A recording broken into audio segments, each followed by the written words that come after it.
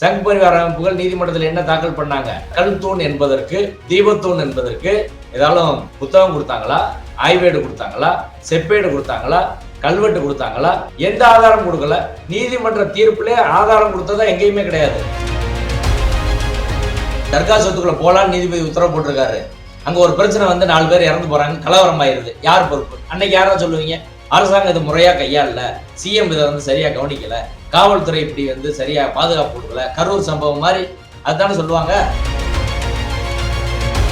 தீபத்தூண்ல தான் தீபம் ஏற்ற முடியும், சர்வே கல்ல எப்படி தீபம் ஏற்ற முடியும்ன்றதுதான் கோயில் நிர்வாகத்தோட கேள்வி. இந்த சர்வே கல்லுக்கான ஆதாரங்கள் இருக்கா? நீதிமன்றத்தை உண்மையில இழிவுபடுத்தினது யாரு? ஹச்ராஜா என்ன பேசினாரு?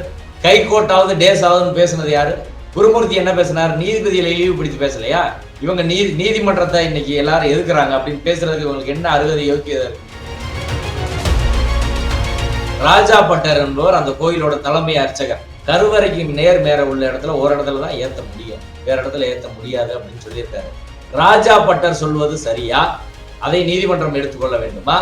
ராம ரவிக்குமார் சொல்வதை எடுத்துக்கொள்ள வேண்டுமான்னு நான் கோர்ட்ல கேட்டேன்.